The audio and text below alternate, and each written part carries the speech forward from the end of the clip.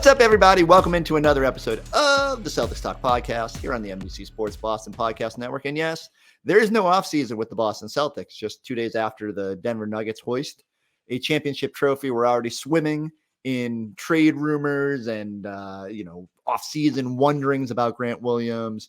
But the big one is the Bradley Beal situation. And so I think you guys know this. I was big on maybe the Celtics could go get Bradley Beal a couple years ago, but I think that ship might have sailed. Jeff Goodman of Stadium kind of doesn't think that way. So we called him up, kind of pick his brain about the situation and whether he thinks that there might actually pair the St. Louis buddies, Jason Tatum and Bradley Beal in Boston. We'll get into that. And we'll just start here. It's just going to be as much as I think it might be a quieter offseason. There's going to be a lot of buzz, and this new CBA, which we spent the last couple episodes of the pod talking about, are going to come into play here. And you're going to hear me get into it with Jeff. I just feel like one of the big reasons that a Bradley Beal situation is tough for the Celtics is because he makes so much money. He's on his own supermax right now. Sure, you could stomach that money maybe this season. Next season and beyond, it gets a whole lot more difficult. So as much as I know Celtics fans are eager after a disappointing finish to the season to add a new fun part, I actually think it's more likely that the team takes a step back in talent this offseason, but maybe they also sort of balance out the roster a little bit. And you'll hear rumors out there. My buddy B-Rob from Mass Live reporting today that Celtics have been active in trade talks. One of the Detroit reporters for The Athletic came in over the top and said they had maybe called about beef stew, Isaiah Stewart up there. And I think, that's the sort of move that you're going to see the Celtics trying to kick around. Can they get a quality backup big to put behind Rob Williams and have that safety net if Rob misses time or if Rob can't play big minutes during the regular season? And then the Grant Williams thing is hovering above all of this. And that's the story that I wrote today up on NBC Sports Boston. It's part 4 of our CBA series. I think the Celtics are inclined to bring back Grant Williams, despite his sort of roller coaster of a year last year and the fact that he fell out of the rotation for a little bit. But I am eager to see how exactly it plays out. Does a team swoop in and offer him big money that the Celtics, because of that new CBA, really can't match? It's going to be a lot of intriguing little storylines to me. Will there be big, gigantic storylines? Well, Jeff Goodman would like it that way. So let's check in with Jeff and see what he thinks about the Bradley Beal situation. All right, Jeff. Look, if you've listened to this podcast over the last couple of years, I am guilty of being we need to unite Bradley Beal and Jason Tatum support. I keep saying that there's this poor man down in DC, Chris Miller, who would come on this podcast. And oh my God, I would just keep telling him about how it was fate and that it was eventually going to happen. Then Bradley Beal signed a crazy Supermax contract, and the NBA decided that 3 Supermax players on one roster is difficult. But Jeff Goodman, you are bullish on this, so I will give you the floor. Make your pitch to me about why we need to pair Jason Tatum and Bradley Beal in Boston this summer. So if you've been bullish on it for 2 years, I've been bullish on it for 3. I've loved Bradley Beal. I mean, I have since I first saw him when he was, 15 years old, playing for the St. Louis Eagles, through Florida, through the NBA. I think what gets lost here with Bradley Beal is that people think he is just a scorer. Mm-hmm. And again, if you've watched him in the NBA, all right, well, he's had nothing. I mean, look at what this guy has had next to him over the years, right? Kind of a broken down John Wall, a broken down Russell Westbrook towards the end. Like Russ was Russ, like he had his moments. And now last year, their best 2 players are Kyle Kuzma and Porzingis. Like this guy hasn't had a running mate. So it's unfair. He's had to score at the highest clip. I think he didn't he lead the NBA in scoring or was he close? Was close. Yeah. Like 1 year he was way up there, over 30, right? People forget he averaged 32 years in a row. And here's my biggest thing. And again, I know you're going to push back and we all should, because it's probably not going to happen. Financially, it's tough. The new GM over there, Michael Winger, probably is going to want to tear this thing down and rebuild with young players. That's everything I've heard. So he's probably not going to take a Jaylen Brown anyway. But here's my biggest thing with Beal compared to Jaylen Brown. Not adding to Jaylen Brown because, like you said, that's going to be awfully difficult. But instead of Jaylen Brown, he is a high IQ basketball player who knows how to move the ball, who can make people better. You look at even the last couple of years, his assist to turnover ratio is like 2 to 1. That's not Jaylen Brown's game. We know that. Jaylen's not making people better. He's just not. That's not his game. Bradley Beal has the ability to do that, especially if you put him with Jason Tatum and say, hey, you know what? You're the number 2 guy now. That's what you are. You're the number 2 guy to your little brother, which is basically what Jason Tatum is. And this isn't like a Kyrie Tatum little brother, big brother thing. This is like somebody that Jason Tatum actually values as a big brother. They don't just work together off the court. They work together on the court. I've said it over and over and over. And there was a stretch where I was wrong. I think it got better with Jaylen Brown and Jason Tatum to where they actually started to play a little bit in sync and making each other better, making their lives easier. But they've reverted right back. They've reverted right back to me. I just don't think, again, I never see a pass from Jaylen Brown to Jason Tatum for an easy basket. I never do. Never. Like, it's amazing to me. It almost looks like he freezes him out at times. And Tatum, you can say what you want about Jason Tatum. But, Chris, his overall game, like a couple of years ago, it was, hey, why is he taking those dumb threes, those contested threes at the end of the game? Now, that dude makes almost every right play for his teammates. Does he not? No, True. All right. There's a lot to unpack there. I'm not even sure where to start, but I'll start with this. I'm gonna take a little. I'm gonna pull the threads as we go here. One, I'm not gonna go full wet blanket just yet. I'm gonna agree with you in a couple senses. One, it is undeniable that when NBA players want to play together, as my dog loses his mind again. Your dog is upset. Your dog is upset when we talk about Jaylen Brown being moved. He's not happy. Well, his name is Kemba, and he does have a loyalty to the Jays.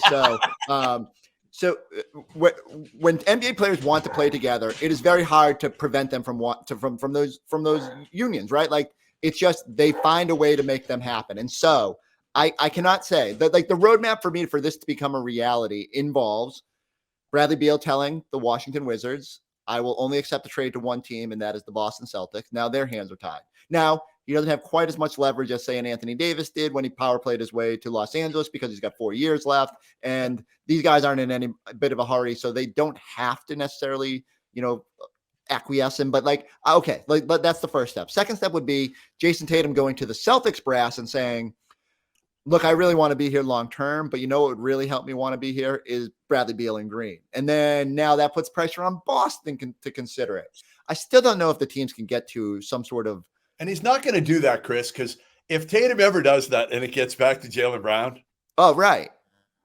Then it's over. Disastrous. Yeah. Their relationship is over.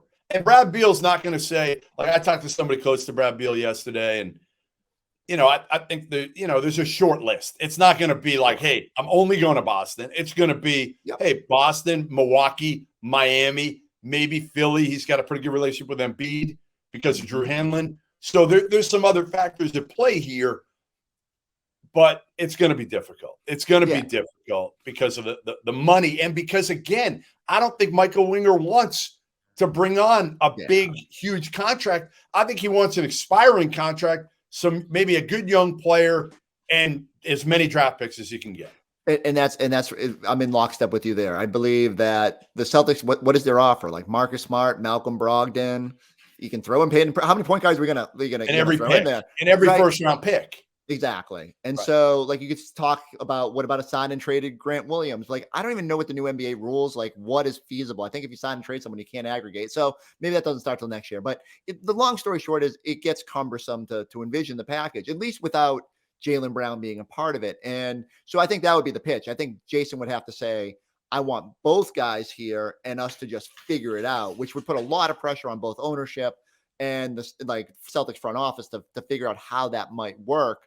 I don't know if there's even an easy path there without absolutely gutting your supporting cast and then having to invoke the wrath of the second apron that is coming, which is going to be like, no mid-level, no trades become hard. It like really handcuffs you in how to build this thing out. So long story short is I don't know necessarily if there is a pathway here to make this happen. The other thing I would say is that, like, I know Celtics fans are angry. I know Celtics fans are hurt from the disappointing end to the season that, Jaylen Brown, 8 turnovers in game 7 doesn't make anyone feel warm and fuzzy. about moving forward. But I think we sometimes can't see the forest from the trees because we're so overwhelmed by the moment and frustrated that they didn't have a chance to go up against the Nuggets. I would say the Celtics are still very well set up. That if you step back for a second, Derek White, the way he played at the end of last season, could be a very Bradley Beal-like player with a better upside on the defensive end. I'd rather invest my money there if I'm Brad Stevens, but certainly these are the tough decisions that Brad has to at least ponder. And the one thing I think you also mentioned that I think deserves like to be sort of hammered home here, Bradley Beal plays a position that can make Jason Tatum better. And a lot of your decisions moving forward have to be what is the right mix. And certainly as we watch Jokic and Murray and how good that combo is, Jason and Jaylen have a lot of growing to do to make each other better. And it's just the nature of two wings. It's the same thing that Kawhi and Paul George. Chris, I don't know if they haven't by now. Again, it's like imagine playing Tatum and Beal in pick and roll together. Mm-hmm. How deadly that would be. I mean, it would be ridiculous, again, because Beal can really pass the ball when he needs to. So I think this is something that, to be honest, you're looking at something that's tough to do. And a lot of people are saying, okay, Jaylen Brown's the better player.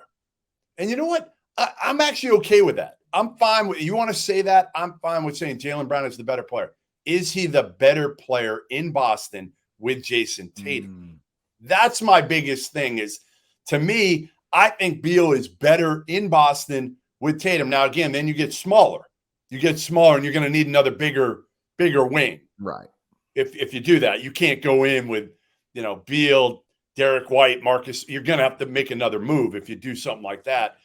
To get some length on and really some athleticism up front. I think that's the other thing is you don't have that, especially when Rob's hurt. You got a lot. You've talked about this. You got a lot of the same here in the backcourt. Mm-hmm. You got a lot of the same, and you can't play all those guys together. You got to pick two of the three out of Smart, Brogdon, or White. So you've said it, like you probably got to move Brogdon because you don't want to move White right now. You don't. The way he's played and his contract's better and he's an elite defender right now, probably the best defender on that team. Yeah, at least this past season. White. So it's funny because I think when Malcolm Brogdon was deciding between teams, the Wizards were intriguing to him because they had Bradley Beal and he could have been another part for them and, the whole DC notion. But it's just hard for me to get to a place where I think the Celtics have a better offer than even the Heat. And I know people will look at it and say Duncan Robinson or Kyle Lowry's contract. You got to remember what teams are looking for in terms of just wanting to shed salary or get draft assets. And you look at Boston and, for me, it's just 2 30-year-old guards with multiple years left on their contracts. It's not going to move them enough to make it happen. No, they're not going to want Marcus Smart. They're not. Right. Trust me, like Michael Winger is going to have no interest when Marcus Smart is thrown at him, unless he knows he can flip them. But that's the other thing. You start thinking about third teams, but it's funny. Like you start thinking about what are the teams that have picks, because that's presumably what Washington is going to want to sort of reboot this thing. So Oklahoma City could use some veterans because they're about to make a push. They got SGA, they got Giddey. They don't need point guards. Like what the Celtics have is a little bit difficult to sell. Now there's going to be teams that need point guards, and I do think there'll be landing spots potentially for someone like Malcolm Brogdon.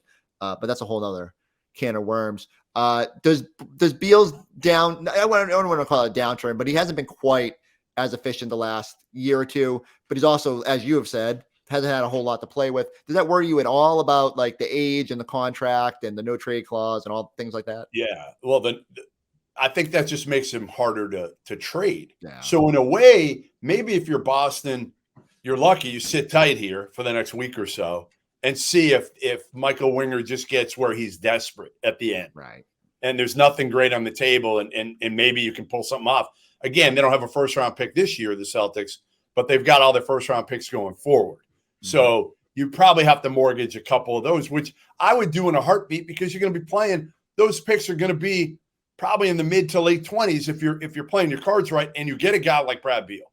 Yeah. So the injuries, I talked to somebody again close to Beal yesterday, and they said they're not concerned about Brad Beal and the injuries. And that's somebody within the Washington organization.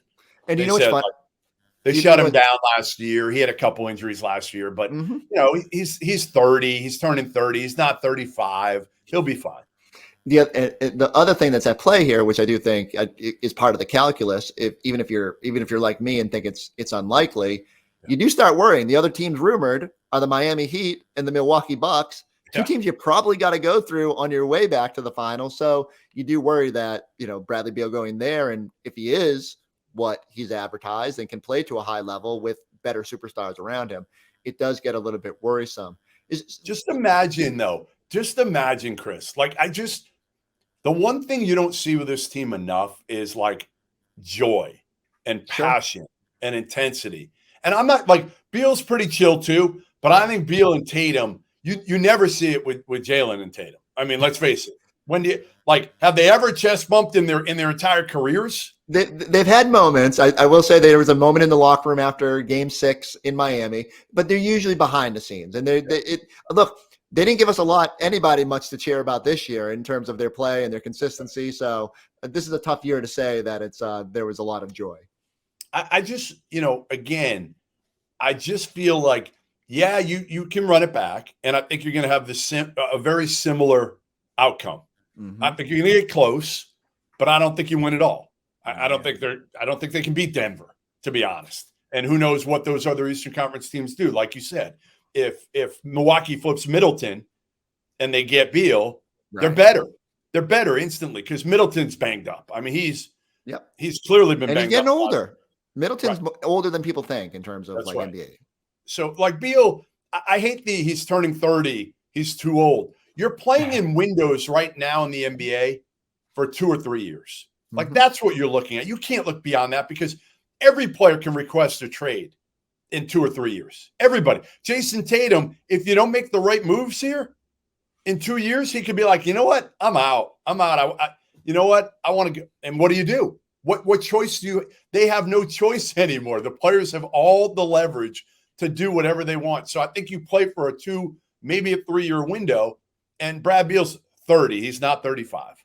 Thanks, Jeff. You just killed 7 of my listeners by suggesting Jason Tatum is going to potentially leave Boston. I don't think he will. Again, I don't think he will. And I think if you got Brad Beal, man, he would be smiling ear to ear.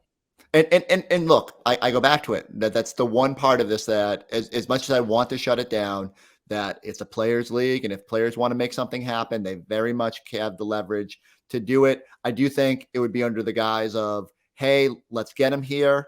Ownership would have to be willing to spend a pretty penny this year in terms of luxury tax.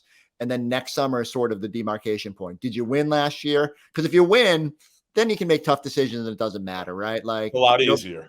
Denver's going to have to make tough decisions moving forward. They can't carry Jokic, Murray, and Porter long-term without it becoming prohibitive, but you won one. And now all of a sudden it's like you got a little grace. So I agree. If there is something to the notion of just go all in, but I wonder if there's a better way to spend your very limited draft capital. Again, because Beal's contract it's high, and the no trade clause doesn't help you if down the road, right? Yep.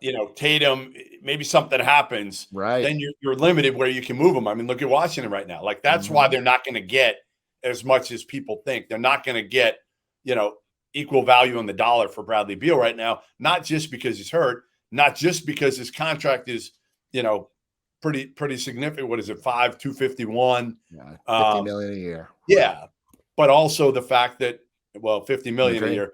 Plus a 15% trade kicker, right? What's Jaylen going to make? I mean, he's going to make more. And it's going to be up at 60 by the end of it. So that's an insane number. It is funny. Although I did have a friend text me yesterday and said, do you think Tatum would take a discount if they want to get Bradley Beal? And I said, nope, that's not how the NBA works. It's a great thinking. He's a great friend, but I'm not taking less money for him. I love him, but no. Jason Tatum already lost out on a lot of all NBA money because he didn't get voted all NBA versus after his rookie extension or before his rookie extension. And he's not losing out. Him and Jaylen Brown are not taking in the discount mode right now. They will be doing. I'll throw this one thing at you, and maybe you can race your mind around. If it's not Bradley Beal, is there a move out there that the Celtics can make this offseason? Is there a position you think they need to address? I was on Winning Plays podcast with my buddy Brian Robb, and And, we were kind of like, where would you be willing to spend draft capital? And look, it's important moving forward to have young talent. And I think the Celtics got to start hanging on to some of those picks. The new CBA is going to make it where Brad can't spend to get the Al Horford, Malcolm Brogdon, Derek Whites of the world, but like I said, Wendell Carter Jr., and I don't think the Magic are moving him. But if you were going to try to overwhelm someone with picks, I'm trying to get someone on a cheap contract that fits your needs. And so, but like I look around the rest of the league and I'm having trouble finding like the guy. Yeah. I mean, again, you got to find somebody that's kind of fallen out of favor as much as anything. And, there just aren't, like, again, you're looking at like a Duncan Robinson type, right? Like who Max Strus took his minutes. The Celtics do. I will say this. If they're going to continue to play the way they play, which is just launching three after three after three, they need better pure shooters on their team. They need an elite shoot. They do not have an elite shooter on their team. Am I wrong? Elite. Al Horford just bristled at your notion, but all right. No, I'm with you. It's funny because a lot of guys had career years in terms of like Brogdon shot it better than he ever had. But yeah, like Jaylen, Jason, and Marcus were all, I think, below career average. And so maybe their superstars need to shoot it a little bit better. Don't worry. They're going to put Jaylen Brown's going to go through the Klay Thompson school of no dribbling creation this offseason. And when he's going to come back and everyone's going to eat crow about being upset about paying him $60 million a year. Yeah. I think you need another wing, to me, a bigger wing. And that's what I would do. If I'm going to move, or the other part is if you're going to move Brogdon, you get another big because you never know with your boy Rob if he's ever going to be healthy. Like I would move Rob. Personally, I would move Rob for another big that I actually could. First you killed all my listeners, and now you're going to kill me. I would move Rob just because you can't depend on him. Like I love him when he's in there and when he's healthy. He's just there's always something. And chat.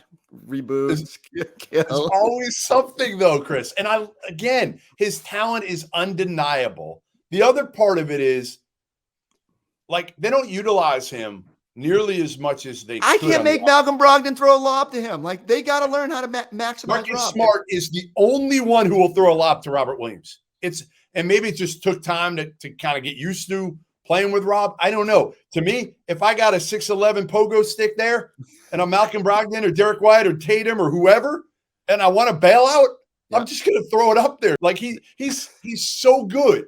He's so good that like, I don't know. Yeah, no, I'm with you. Hey you, have you downloaded the new NBC Sports Boston app yet? It has the latest news, analysis, commentary, and insights from the experts, including Tom Curran, Phil Perry, John Tomasi, and yours truly, Chris Forsberg. You can also listen to podcasts, follow live scores and stats, catch highlights, and watch behind-the-scenes content and interviews. You can download the NBC Sports Boston app now in the App Store or on Google Play. Find the link in the show notes. So, all right, quick transition before I get you out of here. Draft coming up. That was originally why I was going to reach out to you. I was like, I need to start learning some of these college guys and figure out like what the Celtics should do. But then this Bradley Beal stuff came up, and I said, well, now I've got two reasons to bug Goodman. Is there anybody that when you do, okay, like because like I go back to, I think just as you said, they sort of need either a big wing or another pure big.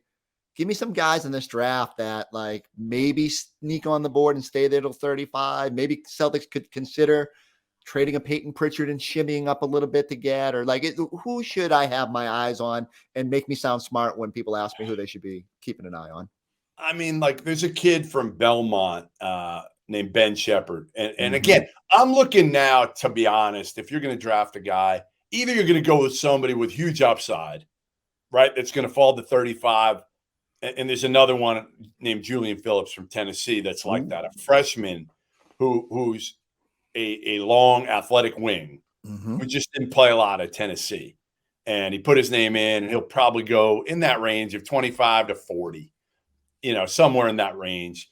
But he averaged like 5 points a game, but he could shoot it. Like I saw him a couple of years ago on the AU circuit. He's got huge upside and potential. So you'd stick him in the G League for probably a year or just let him learn, up and down, whatever, take that main commute. back and forth, and watch Tatum and watch some of those guys. But also you got to get him reps. He'd be one. Julian Phillips for sure. Ben Shepherd. You going dark on me, huh? I am. I went to start writing down the names, and all my lights went out on me. First, my dog's barking. Now the lights going out on me. I'm having a rough show, Jeff. I think the Robert Williams, your Robert Williams comment really has me shook. So, but continue. Wrapped it up. Ben Shepherd can really shoot it. 6'6", a senior who's played 4 years, so he can come in and help you right away. Okay. He can make shots. He can space the court. He can at least be a second unit guy that gives you size and a shooter. Okay. I think that's important for the Celtics because I think they're going to need to carry a young body, and you can bank on Sam Hauser probably getting more minutes, and Danilo's going to help you at the sort of bigger wing or big man spot. But I don't know, 34 coming off of ACL. I do think they need to get younger, if nothing more than for the long term of this team. So these are the sort of names that intrigue me. I got one more for you. Ooh, what do you got? Super intriguing. I don't know if I do it, but man, you talk about buying low. Remember the name Amani Bates? Yes. Will he be there at 35? Oh, I think so. Yeah. Then you have to do it, right? It's the Danny Ainge special. Amani Bates was on the cover of Sports Illustrated for people that are watching. I'll make this quick. 15 years old, and then he just kind of just absolutely kind of tanked. Couldn't handle the pressure. Dad put him in a separate school. Ended up starting his career at Memphis. Averaged 10 a game, but there was some disconnect between the young guys, he and Jalen Duren, and the old guys at Memphis. Transfers to Eastern Michigan, which is where he grew up, and Ypsilanti gets a little bit of in trouble early on, whatever. Puts up good numbers. He is a shot-making wing. He is a shot. Now he's thin, 200 pounds, 6'9", not long in terms of long hands, so long arms. So people aren't going to love that, and he doesn't guard. But man, he can make shots. And it's not always pretty. He takes some bad ones, but there's a lot there that can be molded. That's what I would say with Amani Bates. If you get him with the right people around him, which I actually think for all of the Celtics' faults, in the locker room and on the court, we could talk about their lack of intensity. Right. They've got a lot of really good dudes in that locker room. They don't have bad guys that you worry about, doing dumb shit. That's not them. They're almost too nice. Right. I think you would say. So Amani Bates could be a great place for this kid. Boston could be a great place for Amani Bates to kind of learn, grow, not have any expectations. As a 35th pick, whatever he gives you is a bonus year one. But I'm telling you, he is fun to watch. He can make some incredible shots. Yeah, and this isn't a good comp, but I think I always think about guys that slide because of injury, that are there because, they had a bad freshman season or they got in some trouble. And a lot of them end up panning out. Avery Bradley jumps to mind after being the number one ahead of Wall and then sliding. But I think of Michael Porter Jr. and how far he slid because of the injury, even Rob dipping because of his ailments at Texas A&M. So I am all for it. I think there's a higher upside with those guys, and I would much rather see the Celtics swing there at 35, unless there's just a surefire guy that they think can come in and help you right away. You got to get somebody who can do this, though. You cannot add any more players that aren't good shooters. You can't add – I love a kid named Jordan Walsh from Arkansas. I love him because he's an elite athlete and elite defender. You cannot bring in a guy like that. You cannot. With the amount of threes that you take on this team, you have to get personnel that fits your system. We know what their system is. We know that's probably part of the reason Brad hired Missoula is because he would play that way. So, get shooters. I'm not saying you got to get all elite shooters, but don't get a guy that's a subpar shooter right now in the draft. All right. You are on probation from this program for your Rob Williams slander, but I do appreciate your time, and I will, whenever it is convenient for me, I will rescind that probation status. Done. I appreciate it.